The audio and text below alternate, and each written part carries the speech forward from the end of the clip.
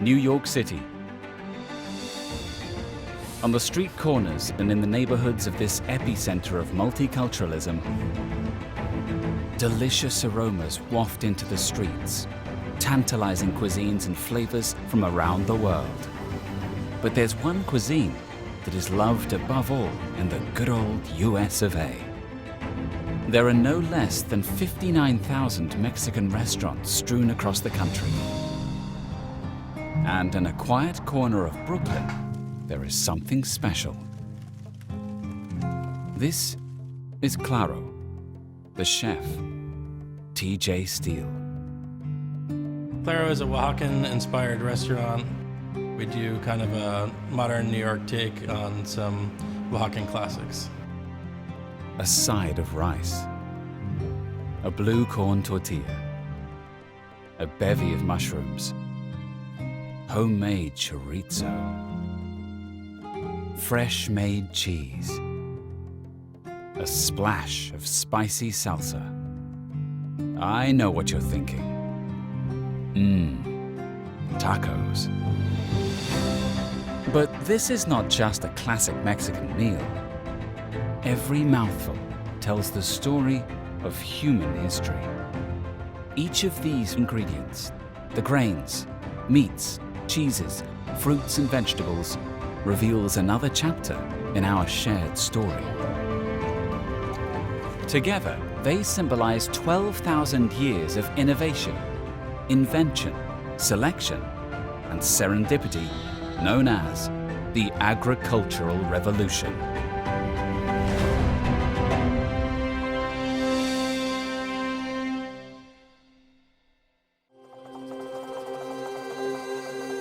For the vast majority of human existence, we were nomads. In pursuit of the next meal, our ancient ancestors roamed the earth, seeking ample game and bountiful flora. We harnessed the power of fire to cook our meals. Then, for 100 centuries, we endured and survived a global ice age. So, how did we get from this frozen world to Taco Tuesday? Charlotte Lusty is a member of the Global Crop Trust, working in Svalbard to preserve the last 12,000 years of agricultural history. In the early years of agriculture, there were people who were understanding and learning how to cultivate wild plants. And in doing that, they cultivated plants that were delicious to eat in sufficient amounts that allowed them to develop cities and towns and civilizations. Whether you're talking in the Far East or Egyptian, Greek, Roman, Aztec, Inca, they were all based on brilliant farmers who were producing enough food to allow society. So it was a fundamental part of our evolution as humans to become great farmers. This fertile crescent of the Middle East would come to be known as the cradle of civilization and is regarded as the birthplace of writing, trade, math, and organized religion. And all of this springs from the advent of agriculture.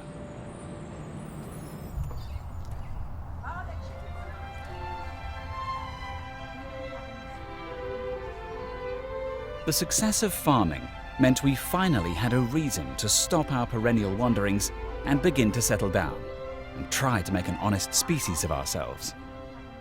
As a society becomes totally dependent on agriculture, that really does change the game. Agriculture is a tremendous blessing in the sense that it enables societies to produce a lot more food and therefore to sustain a lot more population. Where it had taken 5,000 acres to support each member of a hunter-gatherer community, the same amount of land could feed 5,000 people in an agrarian society. Agriculture provided us with a surplus of grains, vegetables, and livestock.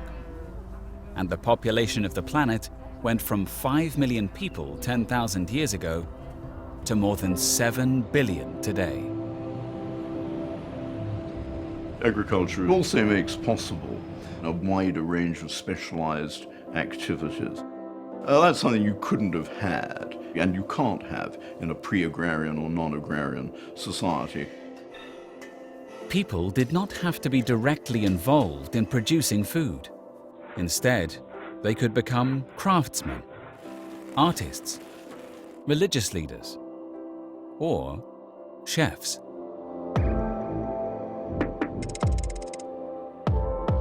Cooking is something that there was never really another choice for me. It was the only thing I ever thought that I would do or wanted to do and really enjoyed doing.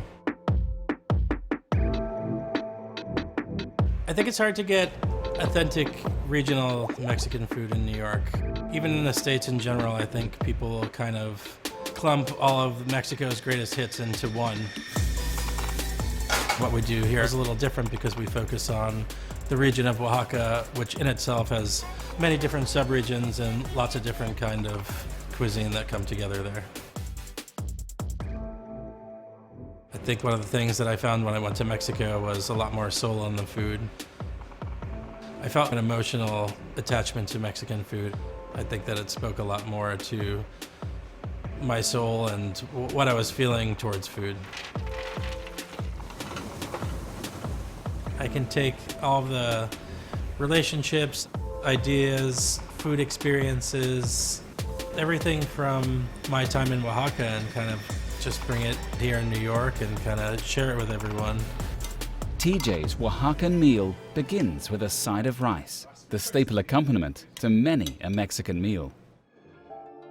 The cuisines and civilizations of the world were shaped most influentially by the magical transformations of their native grasses. One of the great kinds of food magic is the transformation of grasses, because that's really what we're talking about. Of the great staples of the world, wheat, maize, barley, rice, all the other food sources that started as wild grasses and which humans turned into edible food and drink by cultivation, by selecting, by breeding, and have consumed now for thousands of years. Our journey through agricultural history begins in Asia, where one ingredient has always dominated the cuisine: rice. It is believed that humans have been selecting and influencing rice evolution since the Chinese first started cultivating it around 7000 BCE. Today, rice is the primary crop and staple of more than half the world's population.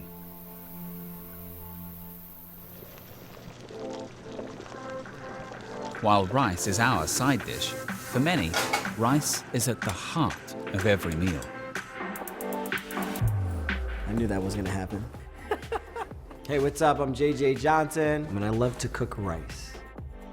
If I had to define culture through food, I would say culture is rice. It's really at the center of the table regardless where you go in the world. Rice is the common ingredient, and then you develop that flavor profile how you want it to be, based off who you are, where you're from in the world. I'm all about the mother grains of the world. There's all these rices that fuel the world, that have like all these amazing stories to it that everybody forgot about. Despite its enduring popularity, today rice is nowhere near as varied as it once was. Most supermarkets are limited to white rice, brown rice, long grain, short grain, jasmine, and that's about it. But rice is infinitely more diverse than that. We have over 100,000 distinct varieties of rice. That would be the highest diversity of any of the plant kingdom, and almost no one gets to experience it. If you're into flavor, like I am, the more diversity, the better.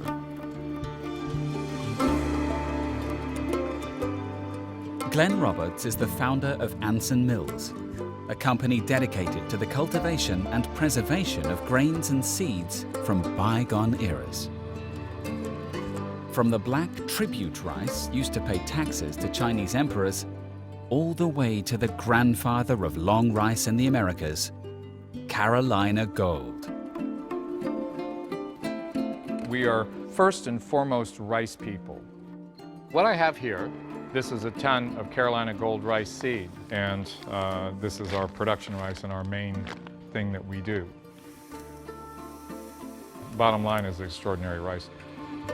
One of the most beautiful foods you can imagine. We have lots of different rices. We only grow heirloom grains. All of our plants are from eras all the way back to the dawn of civilization. One of the grains we work with is 22,000 years old, supposedly on carbon dating. Those foods are spectacular, and part of what we've been doing is trying to bring them back. It's hard work and it's really exacting work, but it's also very, very rewarding. Glenn has spent the last 2 decades working with scientists to bring heirloom and ancient grains back to our dinner tables. There's a big cognition now in modern times of the fact that heirlooms are important. Because in old crops, landrace and heirloom crops, flavor equals nutrition. So you're looking for the highest flavor.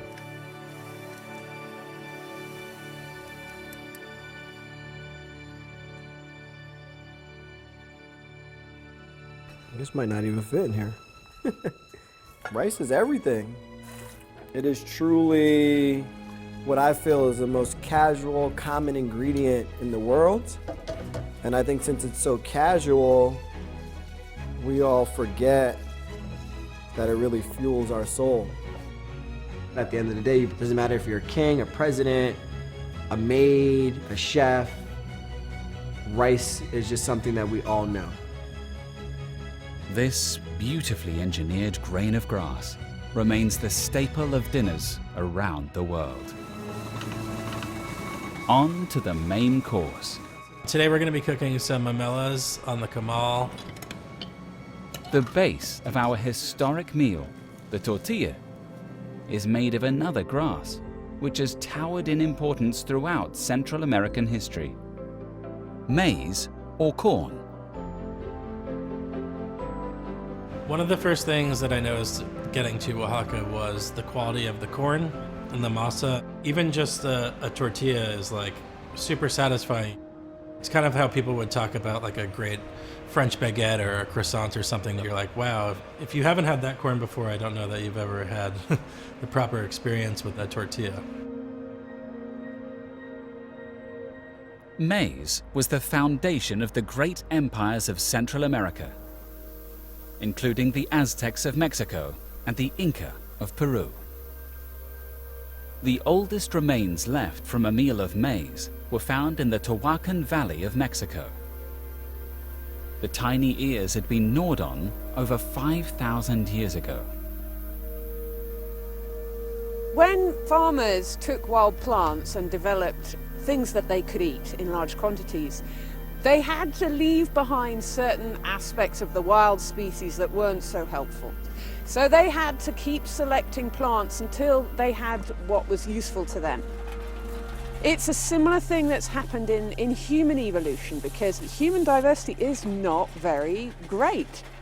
And what is absolutely astounding is there's probably more genetic diversity in a field of traditional maize varieties than there is in the entire human race.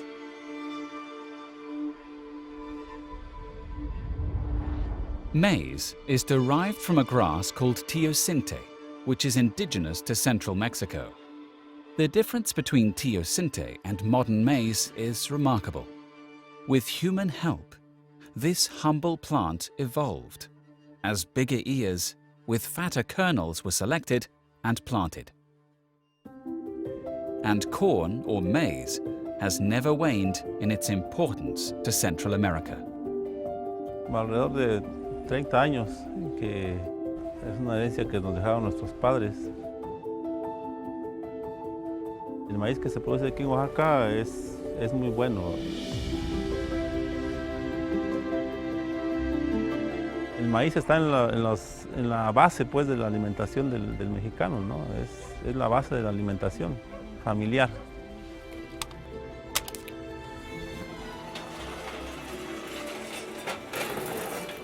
Entonces pues tiene miles de años que pues, se sigue produciendo maíz como la base alimentaria de los mexicanos. To the civilizations of Central America, maize was both the source of life and the reason for living. It was food, economy, nutrition, and flavor, all in one. The Mayans didn't just subsist on maize, they came from maize.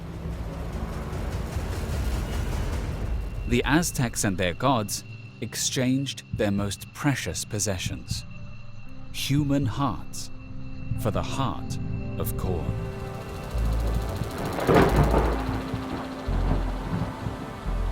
The basic rule, I think, is very easily understood.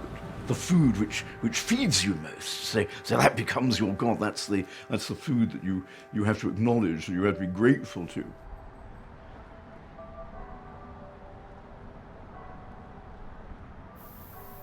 De alguna manera, pues lo único que podemos hacer es darle gracias a Dios por la bondad que nos da de la producción de maíz. Es parte de la soberanía alimentaria, ¿no?, de México, de Oaxaca. Entonces es algo que debemos conservar como un legado que nos dejaron nuestros antepasados, ¿no? Since corn in Oaxaca has always been such a staple part of the diet and the culture here, there might be a little bit more respect for it. Haven't been able to find any corn in the States that comes close to anything that's going on down here in Mexico as far as flavor and starch content and even aroma. Everything that we're looking for at the restaurant is in the corn that we find down here.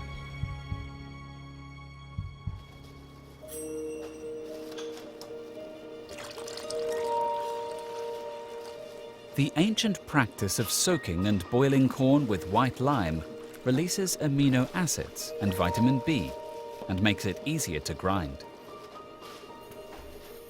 El primer paso es, ya teniendo ya el maíz cocido, lo machacamos con nosotros llamamos la mano.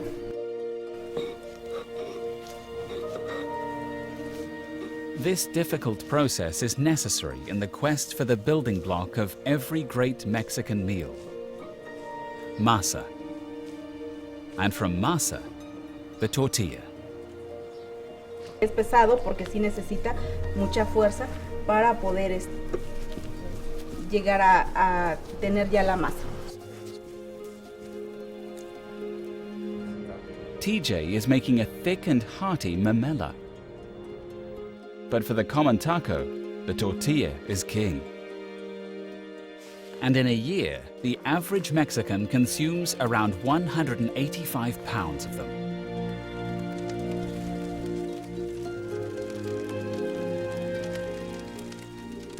The difference between something you would buy at a store and something that we're making here with no preservatives or additives to it is huge. Like, you can smell the difference, feel it, taste it, everything across the board. It can be fried, it can be cooked dry in a comal, it can be finished on a grill. You can see it in all different shapes, from tortillas, clayudas, mamelas, all kinds of things. The possibilities are endless. Masa is life. Thanks to millennia of progress, we now have a steaming side of rice and a blue corn mamela. Stable food sources, rich in carbohydrates and vitamins, changed the game. But the grass wasn't necessarily greener at first. When ancient people diverged from their hunter-gatherer diets and became dependent on a stable diet of great grasses, they began to pay a devastating biological price.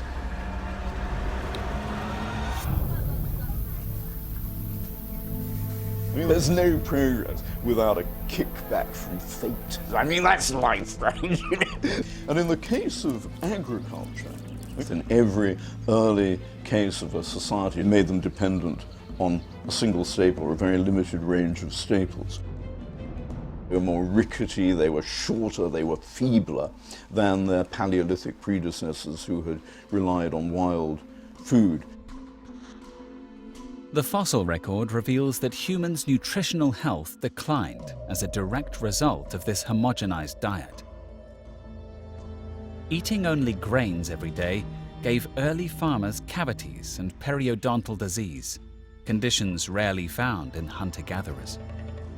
Despite the challenges, people didn't want to give up their new lifestyle. The diets of early farm dwellers diversified as the art of cultivation and domestication was honed. Grains were not agriculture's only gift. As we settled, hunters became herders. Herd animals like cows, goats, sheep, pigs, horses, and camels provided easy access to protein through meat. Not only are people using these animals for food, they're creating new species by selecting from the wild varieties, keeping them together in one place, breeding from them, producing ever bigger specimens for more food, more nutritional value. And that's what changes the pattern of evolution. Humans are beginning to produce species that would not have existed and could not survive without human intervention. Cattle were first domesticated in the early Neolithic period simultaneously in both the Middle East and parts of Eastern Europe. Wild chickens, indigenous to India and East Asia, were domesticated around 7,000 years ago. And pigs descended from the Eurasian wild boar. Domestication led to culinary experimentation, allowing our love of meat to take on new forms and flavors.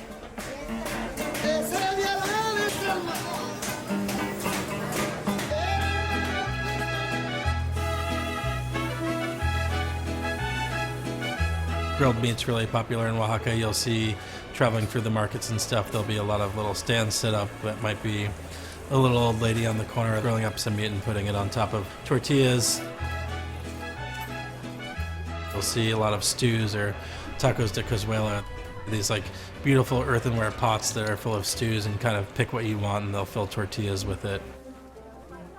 Ocho piezas. Right now we're looking at some chorizo, a Oaxacan style. This chorizo has tons of flavor. TJ takes inspiration from the markets of Oaxaca and brings it to the tables of Brooklyn. Using better quality meats here has yielded us a product that reminds me more of food in Oaxaca, because I think that they're all one step closer to the farm. So here I'm stirring up our house-made chorizo.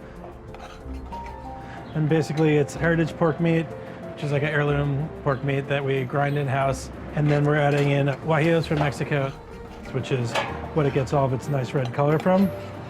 And then for spices, it's getting Mexican oregano, thyme, allspice, a little bit of cumin, some white vinegar, a little sugar and salt, and that's it.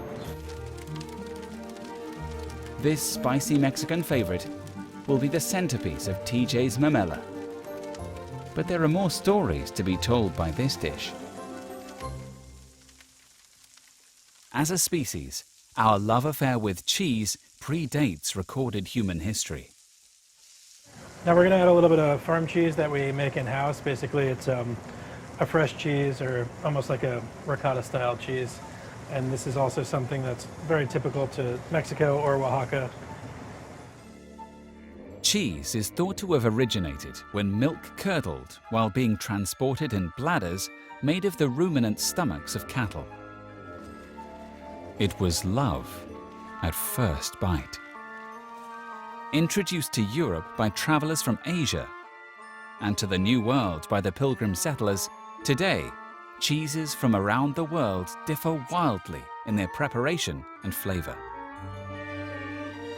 It comes aged, stinky, creamy, soft, hard, and moldy. We make all of our own cheeses in-house.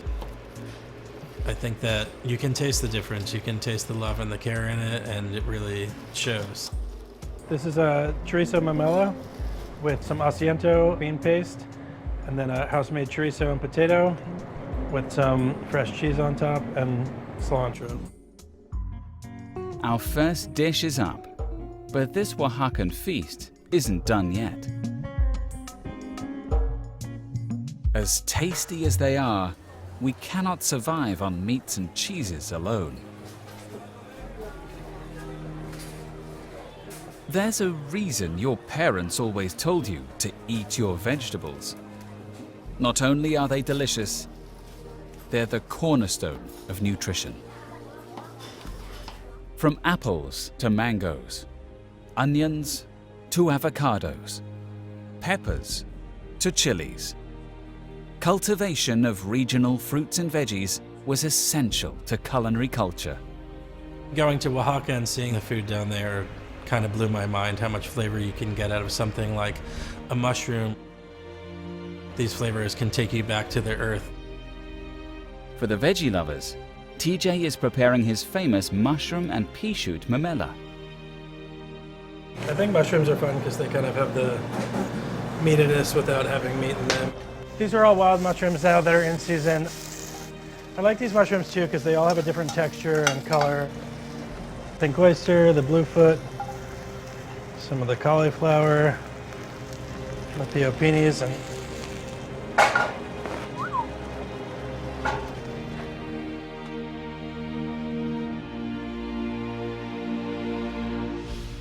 And it wouldn't be complete without the spicy crowning glory, salsa. All these different vegetables come together as one. It's always a balance of sweet, salty, savory, acidic. Really can bring a dish together. Though salsa is a seemingly simple condiment, this mix of veggies, fruits, and spices actually dates back through the ages of the Incas, Aztecs, and Mayans. Aztec lords combined tomatoes with chili, ground squash seeds, and legumes. And the Spaniards first encountered salsa in the 15th century. First on the shopping list for our salsa, tomatoes. this is a Zapotec tomato. The first time I ever had this tomato was in Oaxaca, and I thought that it was just a weird looking little funky tomato, but just like we have heirloom tomatoes back home, this is basically what that is here. This species of the fruit family originated here in Central America. Tomatoes were first exported in the 1500s. These colorful fruits were introduced across the continent of Europe and notably Italy. It's hard to imagine Italian food without tomatoes. But they didn't become a staple of the cuisine until around 1880 with the invention of the margherita pizza in Naples. This heirloom tomato will be the base. The next ingredient for our salsa, onions. These are knob onions, or in the States we call them spring onions, but basically it's like an onion before it develops. It's like harder skin on the outside, so it's much sweeter and has a lighter flavor, I guess, and they're really good to like cook on the grill and serve on the side of some tacos, or I like to just kind of munch them on their own once they're grilled. They're really awesome. Onions are rich in vitamin C, mineral salts, and antioxidants. Their beneficial effects were understood as early as the building of the pyramids. Egyptian mummies were even accompanied into the afterlife with stalks of onions wrapped in bandages. Most of the work is done, but a good Oaxacan salsa needs one last, very important thing: a kick. This stand is pretty cool. It's a lot of different herbs and spices and a lot that you would see in traditional Oaxacan food. Some dry oregano and some cumin and allspices also. A stall like this is really cool because you can really smell all the spices and stuff, and I don't know, it kind of takes you back in time if you want to think about like a spice trade or something like that. Piles of cool ingredients. It's awesome.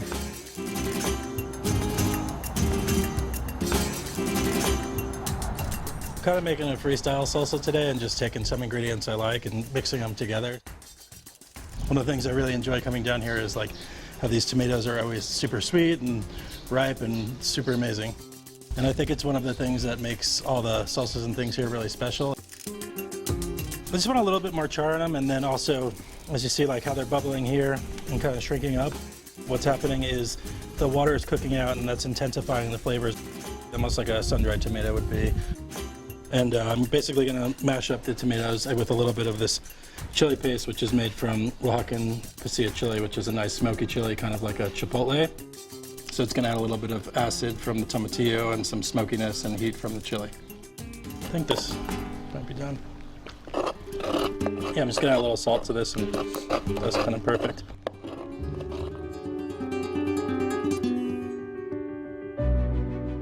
In every little bite, TJ tells a great big story. It took 12,000 years, but our meal is finally complete. Okay, let's eat. Each taco represents the story of agricultural selection, invention, experimentation, and hard work.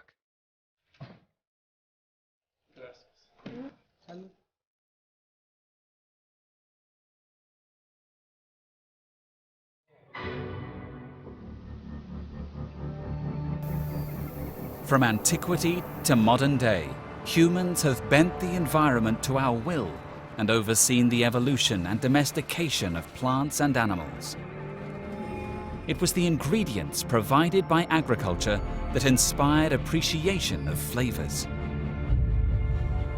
But what good was producing a surplus of food if it couldn't all be consumed or traded?